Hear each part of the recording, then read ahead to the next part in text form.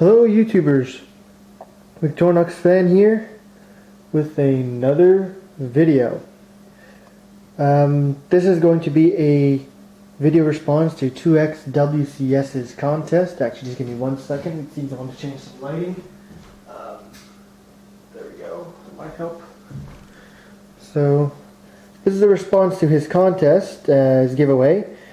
And if you're asking why I'm holding the Sebenza, well, that'll come later. It's mostly just to get the macro focus to function properly when you start the video. To do this, I had to do 3 things.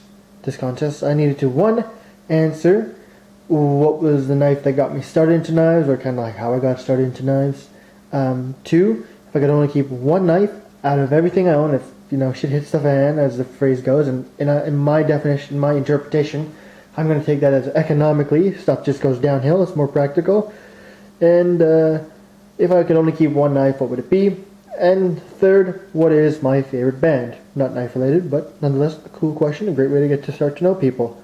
So, that's number 1. What really got me started into knives? Well, as a kid, I was not technically into knives per se, but I always had an interest in weapons. I mean, I'm a guy, that's kind of normal. The first knife I actually bought, however, was this no-name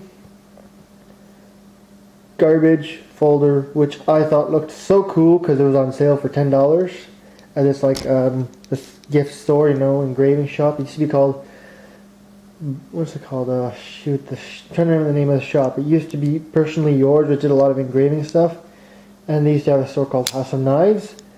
So I bought this from there for $10, thinking it was, the bee's knees. It looked really cool. And, well, it's not really that good. It was never really sharp, but hey, I thought I liked it as a kid, and it was good. So that was the first knife I ever owned. But I was never really into knives until I started, when I was looking up for kitchen knives, I came across Nut & Fancy and then Cutlery Lover, and I just started looking, and I bought a couple knives. One of them I sold, that was a Benchmade 530. The other one you've seen multiple times in my videos.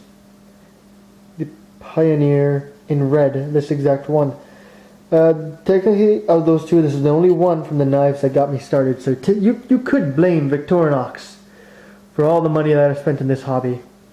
So yeah, thanks a lot, Victorinox. That is the knife that got me started, and I don't see myself getting rid of it anytime soon. Man, this macro mode is really nice. Sorry, I've just been playing with this camera a lot.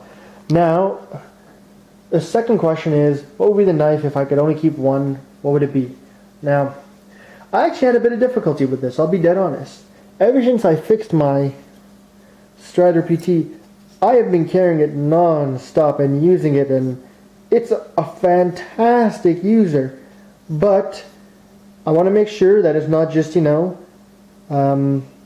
what's it called, brownie points, every time you get a new knife or a new knife to get back to working, it's like plus 20 points. I want to make sure that it's not just that, initial new factor. So I'm just going to use it for a while before I make any declarations about it.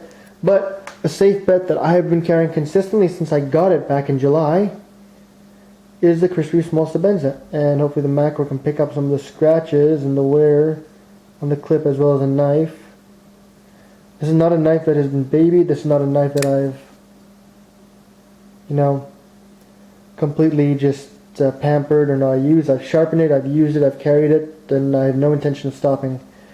It's a fantastic EDC knife. Now, in terms of if shit hit the fan, all the economic, if everything's gone bad, I could sell my Striders as of right now. That'd be fine. I'd sell my upcoming, nice knife I have coming into the mail pretty easily. Everything else, yeah, it would really be this, and maybe the only other hard one would be something like this, because these buggers are useful. So I'd probably cheat and keep both of these just because they're safe bets. And in terms of quality knives, though, this is for sure. I mean, I know it works, I know it well. It's natural to my hand and to my use. So let's just say, for the sake of the video, Small Sebenza 21. Review will be coming on this soon. I've been saying that for the past 3 months. Now the final question, which is pretty cool. I mean, no one's ever done that last. That's to define what are our favorite bands. Now, I'm a rock fan, big time. Everything from old school rock to progressive metal, not new metal so much, metal, punk rock, some indie, some, not a ton, but there's some bands here and there that I do like. I'm pretty open. If it's got electric guitar and it's not absolutely atrocious in it, I'd probably give it a shot. But my two favorite bands, I can't pick one. I'm sorry, I just cannot. It's going to be between one old school band and a newer, more progressive rock kind of band. So, for old school, I was born and raised on this. Even though I'm definitely not of the generation, I grew up listening to the Beatles in the car every time we went on a road trip, every time it got put on. I mean, Revolver, that's got to be one of my favorite albums of all time, just because I grew up listening to it and I love it. And this, as you can tell, is the Beatles box set that came out last year. I ended up getting that for Christmas.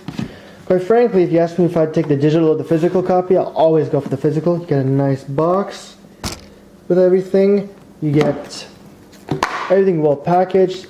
Each of the albums, I'll just grab this one for the sake of simplicity. They are all packaged to look like vinyls with all the information. It's very, very nicely done. See if my camera can get that picked up. So yeah, Beatles for sure. And if you're into it, and unless you have all the vinyls, which is obviously the best way to get the Beatles stuff, but it's hard these days. I think this is a great box set, and I like it much more than the digital versions that have been released on iTunes. Even if I have to manually load each and every one of these in. Slide that in there. My other favorite band, I'm going to take two albums, like a Pop of a 7, has to be Tool. Man, Tool is just, it's what really got me into any form of metal or progressive rock. I got started off, I won't lie, since I was 16 when this album came out, 10,000 Days. This is their newest album, and they haven't released another one since. Hopefully they do eventually. But I love this album. But then I started listening to their older stuff like Lateralus and Anima, and I gotta say that these two are, not Anima, is probably my favorite album by Tool. So yeah, way to go. These guys, forever. I've seen them live twice, and in a heartbeat, I would drop big bucks to see them again. Freaking fantastic band. So yep, those two are my favorite bands. If it looks a little fuzzy, that's because it is on macro, so it won't catch anything that far. I'll just give you some eye candy for now. I hope you guys enjoyed the video. Thanks a lot to 2xwcs for doing this contest, and sorry for the late entry. I've just been, I won't lie, I've not been busy, I've been lazy, it's the holidays, what can I say. Happy New Year, guys, have a good one, see you around.